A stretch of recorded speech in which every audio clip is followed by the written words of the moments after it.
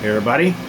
So in a recent video I unboxed and set up this FlashForge Adventure 5M Pro 3D printer, and this video is to go over why you, a computer technician, should have a 3D printer in your shop. So again, this is the Adventure 5M Pro from FlashForge. As of this video it's about $600, which might seem steep. However, there are additional options out there for 3D printers. I think this one, however, is particularly nice for an enclosed, like, indoor environment like this room here, because when you're printing with materials like ABS or polycarbonate, it's a good idea to have an enclosed chamber that has onboard filtration. That way you don't get lots of pollutants inside the room. Of course, right now it's printing with PLA, but 3D printers, there's so much you can do with them, and pretty much any plastic part you might need for a computer, you don't have to buy it anymore because you can just print it. For example, a 1 kilogram spool of filament, which, for example, this is my 1 kilogram spool of polycarbonate, which, yes, it should be sealed up in a container. I just used it last night.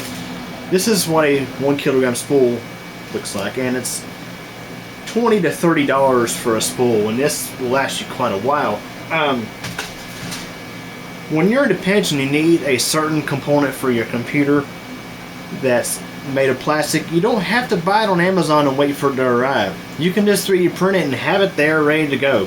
For example, solid-state drive adapters. This here adapts a 2.5-inch SSD to a Dell style hard drive slide-in piece. Or if you're just working with a regular case, one like this. There's many different options out there, and there's a website called Thingiverse where many have submitted their own 3D models that most of them are available for free for you to download and print. So again, stuff like this, or CPU storage trays. For example, this is for an Intel Pentium 4 Socket 478 CPU. This way I can store my older 478 CPUs without having to keep them on a pad all the time. I can just put them in here. That way I can store more of them in a small space. I mean, there's ones for, of course, the 478, but there's also plenty of other options out there as well. Another example, fan adapters. Now this here adapts a 120mm fan to a 4-inch duct, which this was for a different project, but if you're needing to adapt from, let's say, a 60mm to 80mm fan, or vice versa, or different sizes, you can actually download the STL files for fan adapters and print them out. And with something like this, it can be done in a relatively quick hurry if you need it quick. Another example, let's say if you need a CPU mounting bracket for your motherboard.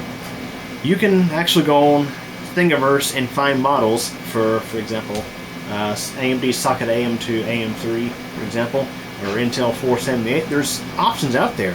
You can go in there and download these.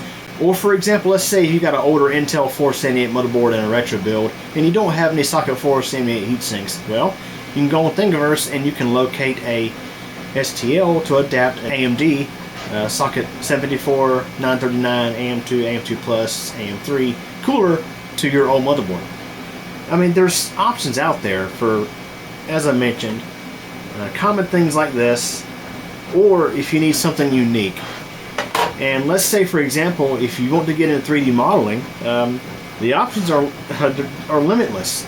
If you need certain things for your computer, you can 3D print them. You don't have to buy them from Amazon or Newegg or wherever. You can just simply print them and have them ready to go.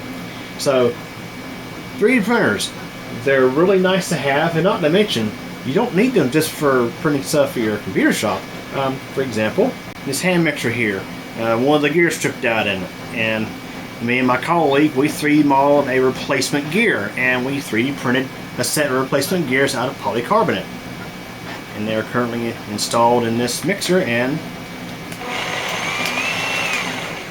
see, new gears, 3D printed.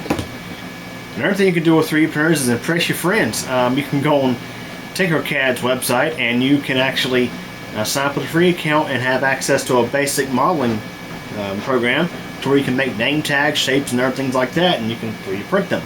So yes, 3D printers. They're getting lower and lower in cost, and I must say, for a computer technician, they're a must-have. If you have not looked into 3D printers before, I suggest you take a look, because for the computer shop, they could definitely be useful for you. So anyways, guys, that's it for this video. Hope you enjoyed it. Thanks for watching. Hey everybody.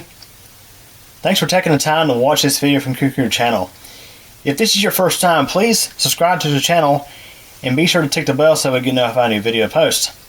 Please like this video if you enjoyed it, leave a comment, and share this video as well as the channel with your friends and get the word out. Also, I have a second channel, that's CubeComp MTDX. Over there you'll find videos about thunderstorms and weather, cycling, and videos about me personally. Feel free to subscribe over there as well if you like. Again, I really hope you enjoyed this video, and thank you so much for your support.